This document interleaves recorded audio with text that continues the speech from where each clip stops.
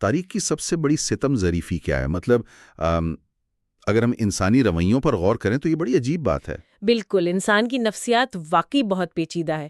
آپ کے ذہن میں کیا چل رہا ہے؟ یہی کہ انسان پچھلی تباہیوں کی دستاویزی فلمیں یعنی وہ ڈاکیومنٹریز تو بڑے شوق سے دیکھتا ہے، ان پر موٹی موٹی کتابیں لکھتا ہے، عجائب گھر بناتا ہے، مگر جب وہی حالات، وہی غلطیاں اور وہی نتائج اس کے اپنے دروازے پر دستک دیتے ہیں تو کیا ہوتا ہے؟ تو وہ خود کو ایک استثناء، مطلب ایک ایکسیپشن سمجھ لیتا ہے۔ ہاں، یہ تو ہے۔ بالکل، وہ ایک ایسا نفسیاتی حصار بنا لیتا ہے جہاں انسان سوچتا ہے کہ میرے ساتھ ایسا نہیں ہو سکتا۔ صحیح، اور یہ بڑا خطرناک وہم ہے۔ تو آج کے اس تفصیلی جائزے میں ہم اسی انسانی نفسیات، تاریخ کے دہرائے جانے کے عمل اور ایک بڑے پراسرار قسم کے تعطل کی بات کریں گے۔ اور اس بحث کی بنیاد ایک انتہائی مختصر لیکن بہت ہی فکر انگیز متن ہے۔ آج ہمارے سامنے قرآن مجید کی سورت یونس کی 2 آیات ہیں، آیت نمبر 102 اور 103۔ ہاں، اور اس ساری گفتگو کا جو مرکزی خیال ہے وہ یونس کے انتظار کے دنوں کے گرد گھومتا ہے۔ جی، اور یہاں یہ واضح کرنا نہایت اہم ہے کہ آج ہمارا مقصد کسی مخصوص مذہبی نظریے کی تائید کرنا نہیں ہے، نہ ہی کسی عقیدے کی تبلیغ کرنا ہے۔ بالکل، ہم اس کو تھوڑا الگ زاویے سے دیکھیں گے۔ یعنی ہم اس متن کو ایک تاریخی، فلسفیانہ اور نفسیاتی دستاویز کے طور پر پڑھیں گے۔ ہم خالصتاً اس متن کے اندر موجود انتظار، ماضی کے اسباق اور نجات کے ان شاندار تصورات کو کھوجیں گے جنہوں نے صدیوں سے مفکروں کو سوچنے پر مجبور کیا ہے۔ چلیں پھر اس کو کھول کر دیکھتے ہیں۔ یہ متن ایک سیدھے سادے دعوے کے بجائے ایک انتہائی گہرے اور میں کہوں گا چپتے ہوئے سوال سے شروع ہوتا ہے۔ ہاں، آیت 102 کا آغاز واقعی بہت ڈراماتک ہے۔ اس کا پہلا حصہ کچھ یوں ہے کہ کیا وہ ان لوگوں کے دنوں جیسی مصیبتوں کا انتظار کر رہے ہیں جو ان سے پہلے گزر چکے؟ واہ، واقعی یہ محض ایک سوال نہیں ہے، یہ انسانی طرز عمل پر ایک زبردست تنقید ہے۔ مجھے تو یہ صورتحال بالکل ایک تھیٹر پرفارمنس کی طرح لگتی ہے، مطلب ایک ایسا ڈرامہ جس کا المناک انجام سب کو پہلے سے معلوم ہے۔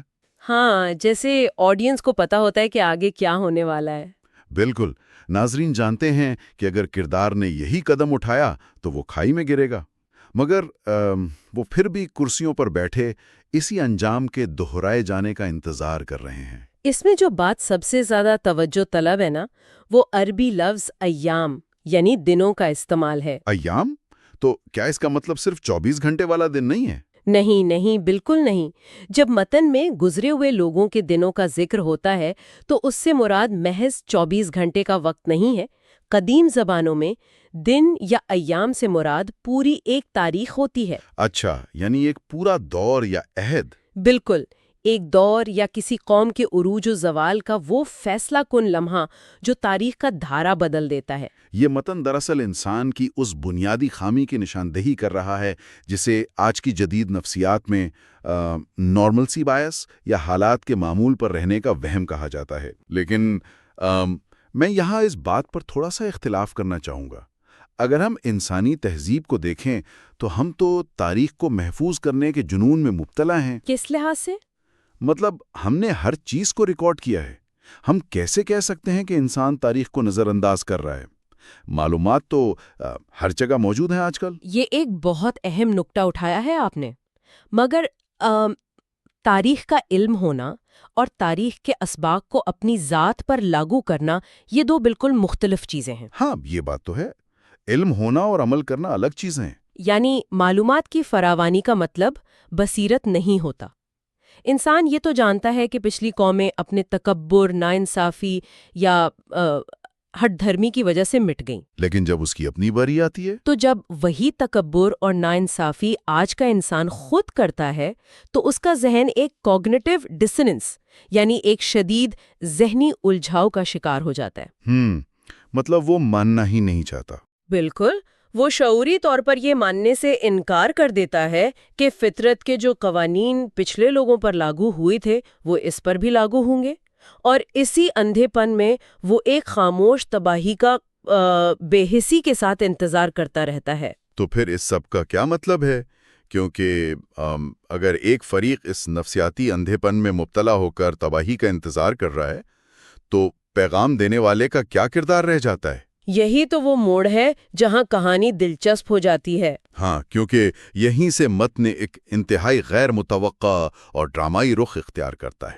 آیت کا اگلا حصہ کہتا ہے، کہہ دیجئے کہ تم بھی انتظار کرو، میں بھی تمہارے ساتھ انتظار کرنے والوں میں سے ہوں۔ یہ واقعی کوئی عام جملہ نہیں ہے۔ بالکل نہیں، یہ تو ایک زبردست نفسیاتی تعطل یعنی ایک فکری اور اعصابی سٹینڈ آف پیدا کر دیتا ہے۔ میں کہوں گی کہ اگر ہم اسے بڑی تصویر سے جوڑیں تو یہ جملہ اس روایتی تصور کو توڑ دیتا ہے جہاں تنبیہ کرنے والا، مطلب جو الارم بجانے والا شخص ہے، وہ خود کو خطرے سے بالاتر سمجھتا ہے۔ ہاں، عموماً ایسا ہوتا ہے کہ جو شخص خطرے کی گھنٹی بجاتا ہے وہ کسی محفوظ بنکر میں بیٹھ کر تماشا دیکھتا ہے۔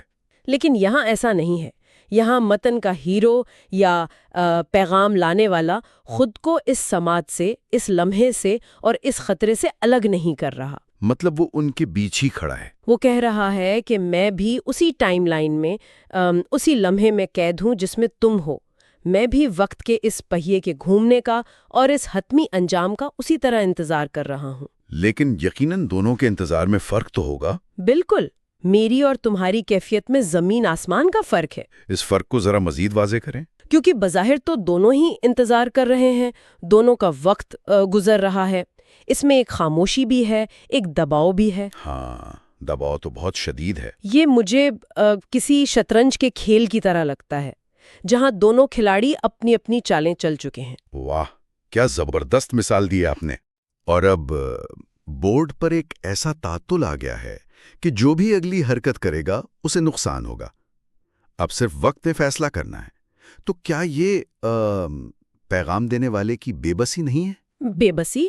ہرگز نہیں، بلکہ یہ اس کے غیر متزلزل یقین کی سب سے بڑی دلیل ہے۔ وہ کیسے؟ ذرا سوچئے، جب آپ کسی ہجوم کے خلاف کھڑے ہوں اور سچائی کا دعویٰ کر رہے ہوں تو آپ پر کتنا شدید نفسیاتی دباؤ ہوتا ہے۔ ہاں، پوری سوسائٹی آپ کے خلاف ہو۔ بالکل، ایک فریق بے خبری اور ضد کی وجہ سے تباہی کے سر پر پہنچنے کا انتظار کر رہا ہے، جبکہ دوسرا فریق مکمل شعور، بیداری اور اپنے پیغام کی سچائی پر کامل یقین کے ساتھ کھڑا ہے۔ یعنی وہ اس وعدے کے پورا ہونے کا شعوری انتظار کر رہا ہے۔ جی، اور یہ انتظار کوئی غیر فعال یا سست عمل نہیں ہے، یہ ایک انتہائی ایکٹیو، تھکا دینے والا اور اعصاب شکن مرحلہ ہے۔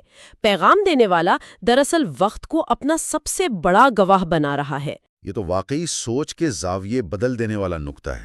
مطلب انتظار بذات خود ایک اذیت ناک عمل ہوتا ہے۔ ہم سب جانتے ہیں کہ جب کچھ ہونے والا ہو اور آپ کو صرف کھڑے ہو کر دیکھنا ہو تو ایک ایک سیکنڈ صدیوں جیسا محسوس ہوتا ہے۔ بالکل، اس حبزدہ ماحول میں جہاں ہر کوئی ایک دوسرے کی طرف دیکھ رہا ہے کہ اب کیا ہوگا، یہاں بات واقعی بہت دلچسپ ہو جاتی ہے۔ ہاں، کیونکہ یہ خاموشی ہمیشہ نہیں رہتی۔ صحیح، کیونکہ یہ تناؤ، یہ سٹینڈ آف بالآخر ٹوٹتا ہے۔ اگلی آیت یعنی آیت 103 کا آغاز ہوتا ہے اور ایک واضح اور فیصلہ کن نتیجے کی طرف سفر شروع ہوتا ہے۔ اور متن اس کیفیت کو ایک بہت ہی مخصوص انداز میں پیش کرتا ہے۔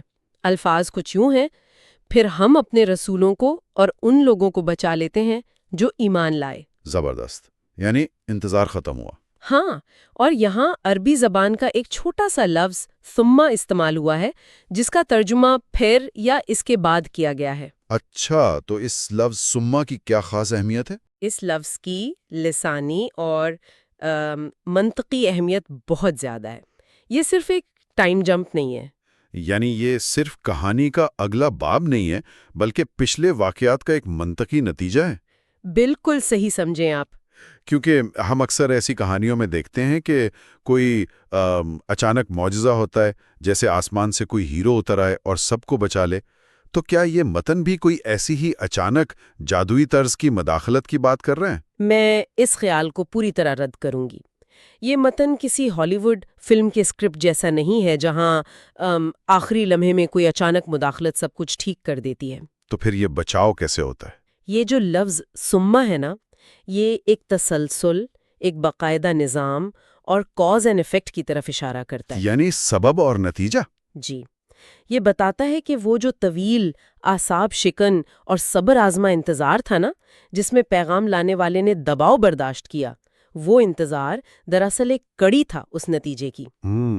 مطلب وہ عمل کا حصہ تھا، ایک بہت ہی منطقی اور سائنسی بنیاد فراہم کرتی ہے۔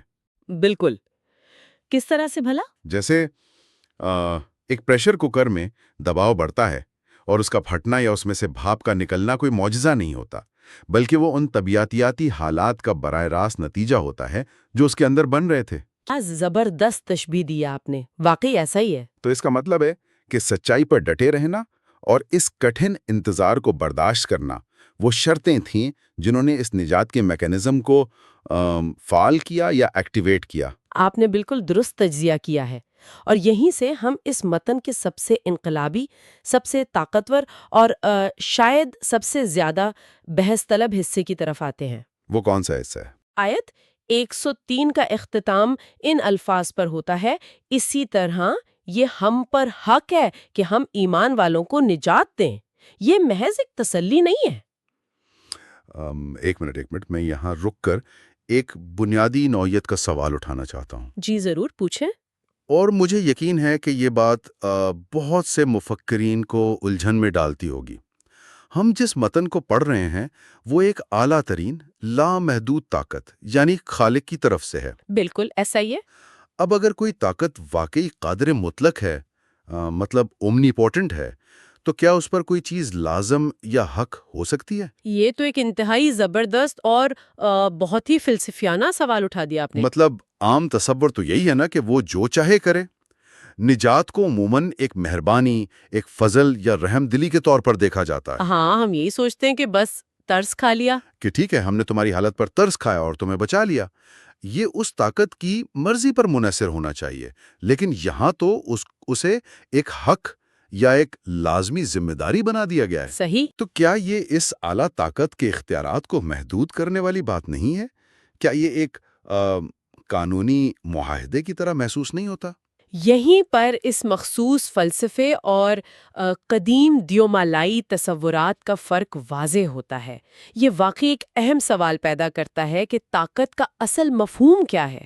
تو آپ کے خیال میں اصل طاقت کیا ہے؟ دیکھیں، قدیم مذاہب میں دیوتاؤں کو لاپرواہ اور اپنے موڈ کا غلام سمجھا جاتا تھا۔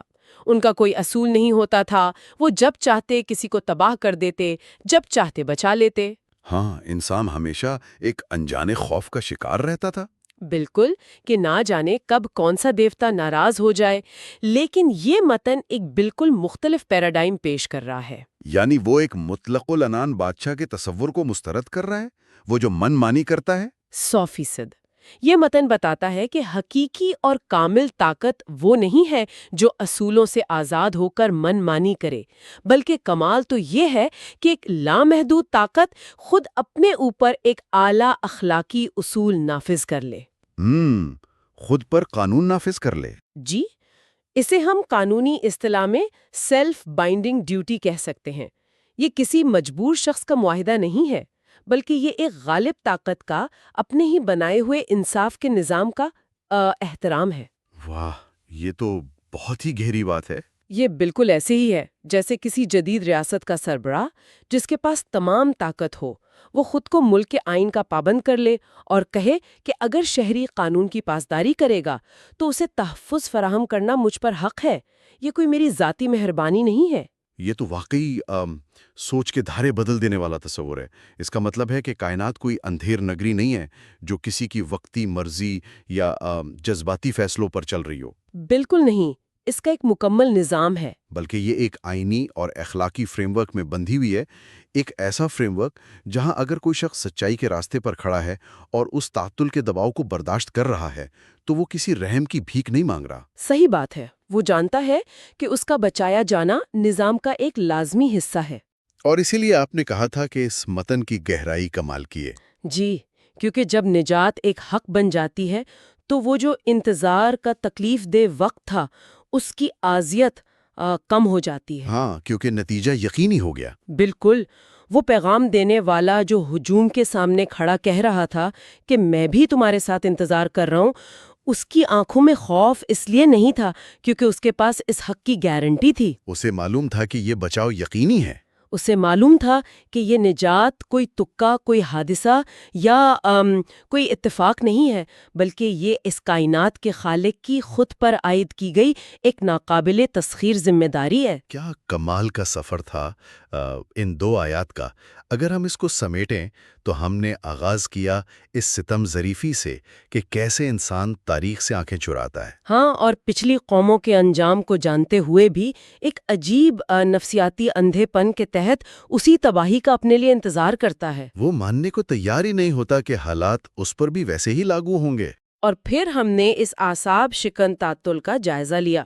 وہ سٹینڈ آف، جہاں حق پر کھڑا شخص بھاگنے کے بجائے اسی معاشرے میں رک کر آنکھوں میں آنکھیں ڈال کر وقت کے فیصلے کا انتظار کرتا ہے۔ یہ واقعی اس کی ہمت اور سچائی کے ساتھ وابستگی کا ایک بہت بڑا امتحان ہوتا ہے۔ پھر ہم اس منطقی نتیجے تک پہنچے کہ وہ انتظار کیسے ٹوٹتا ہے۔